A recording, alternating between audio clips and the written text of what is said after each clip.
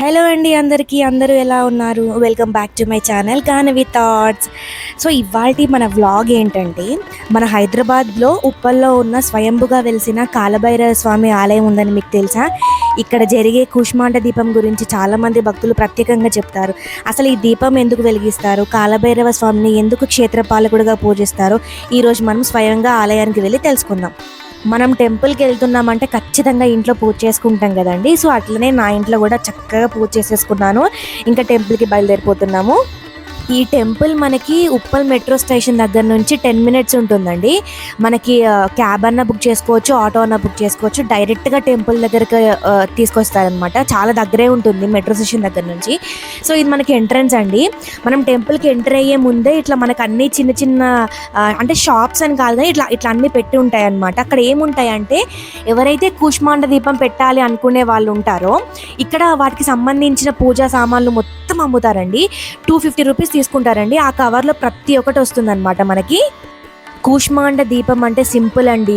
గుమ్మడికాయ, బూడిద గుమ్మడికాయ ఉంటుంది చూసారు, అందులో దీపం పెట్టడమే అనమాట. హిందూ సాంప్రదాయంలో అత్యంత శక్తివంతమైనదిగా దీన్ని భావిస్తారనమాట.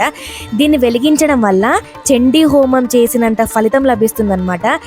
దృష్టి దోషాలు కానీ, నరదోష కానీ, శని దోషాలు కానీ, ఏమన్నా ఆర్థిక సమస్యలు కానీ, ఇలాంటివి ఏమన్నా ఇంట్లో నెగిటివ్ ఎనర్జీస్ ఇలాంటివి ఏమన్నా ఉంటే కాలభైరవ స్వామి అనుగ్రహం కలుగుతుంది.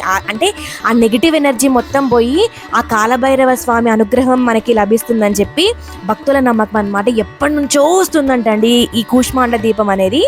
అసలు 1% కూడా ఐడియా లేని వాళ్ళు కూడా వెళ్ళి సింపుల్గా పెట్టేసుకోవచ్చండి. ఎందుకంటే మనం ఇంట్లో నుంచి తీసుకెళ్లాల్సినవి ఏమీ లేవు, అన్నీ అక్కడే మనకి దొరుకుతాయి అన్నమాట.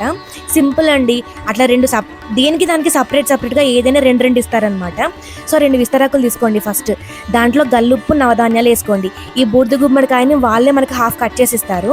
దాన్ని నీట్గా లోపల ఉన్నది మొత్తం క్లీన్ చేసేసుకొని దాని చుట్టూ మంచిగా పసుపు బుదిచ్చేసేసుకొని కుంకుమ బొట్లు పెట్టేసుకోండి. దాని తర్వాత ఒక దాంట్లో ఇంకొక వత్తి, అట్లా 2 సపరేట్గా వేసేసుకొని రెండిట్లో ఆయిల్ పోసుకోండి. పోసుకున్న తర్వాత దాని చుట్టూ మనకి నల్ల నువ్వులు ఇస్తారండి వాళ్ళు.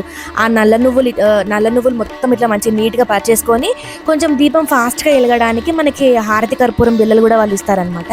ఆ హారతి కర్పూరం బిళ్ళలు కూడా పెట్టేసుకొని చక్కగా దీపం పెట్టేసుకొని ఆ స్వామివారి దగ్గరికి వెళ్ళి ఆ స్వామివారికి 3 సార్లు ఇలా చూపించేసి, అది అంటే ఈ బూడిద గుమ్మడికాయ పెట్టుకోవడానికి సపరేట్గా మనకి ప్లేస్ అంటూ ఒకటి ఉంటుందన్నమాట. సో ఆ ప్లేస్కి వెళ్ళి పెట్టేసి మంచిగా దండం పెట్టేసుకొని కొబ్బరికాయ కొట్టేసుకొని మళ్ళీ వెనక్కి వచ్చి కాళ్ళు కడుక్కొని ఆ స్వామివారిని దర్శనం చేసుకోవడానికి వెళ్ళాలన్నమాట. ఇది ప్రాసెస్. ఒకవేళ ఎవరికైనా ఐడియా లేదు అనుకుంటే కూడా అక్కడ చాలా మంది పెడతారండి. అస్సలు ఎవ్వరు కన్ఫ్యూజ్ అవ్వాల్సిన అవసరం లేదు. చక్కగా ఎంత పీస్ఫుల్గా అనిపిస్తుందంటే అట్లా పెడితే మీరు వెళ్ళి పెట్టుకోండి. మీ అంతటా మీరు పెట్టుకోవాలన్నా కూడా ఓకే. లేదు అంటే ఇట్లా పంతులు గారు కూడా ఉంటారండి. అంటే దీపం పెట్టక ముందు మనం అంతా ప్రిపేర్ చేసుకున్న తర్వాత పంతుల దగ్గరికి వెళ్తే ఆ పంతులు గారు పూజ చేసిన తర్వాత మనకు ప్రాసెస్ చెప్తాడు ఆయన. నేను చేయించుకోలేదండి. ఆ ప్రాసెస్ ద్వారా ఆ పంతులు చెప్పినట్టు మనం చేసి, అక్కడ చూస్తున్నారుగా చుట్టుపక్కల ఎంత పబ్లిక్ ఉన్నారో, మనకు సపరేట్ ప్లేస్ అంటూ ఉంటుందన్నమాట. ఆ ప్లేస్లో పెట్టేసుకొని చక్కగా కొబ్బరికాయ కొట్టేసుకొని దండం పెట్టేసుకొని మళ్ళీ బ్యాక్ వచ్చి కాళ్ళు చేతులు కడుక్కొని మళ్ళీ ఆ స్వామివారి దర్శనంకి వెళ్ళాలంటండి. నేను ఫస్ట్ టైం వెళ్ళిన కాబట్టి నాకు తెలిసిన ఇన్ఫర్మేషన్ మీకు షేర్ చేస్తున్నాను. నెక్స్ట్ టైం ఏదైనా వెళ్తే ఇంకేమన్నా నాకు తెలిసిన ఏమన్నా ఉంటే మీకు చెప్పడానికి నేను ట్రై చేస్తాను అనమాట. సో ఇదే అండి మనకు స్వయంభుగా వెలిసిన కాలభైరవ స్వామి. చూడండి, స్వామిని దర్శనం చేసేసుకోండి. మీరు కూడా రండి, ఆ కూష్మాండ దీపం పెట్టండి, స్వామిని దర్శనం చేసుకోండి.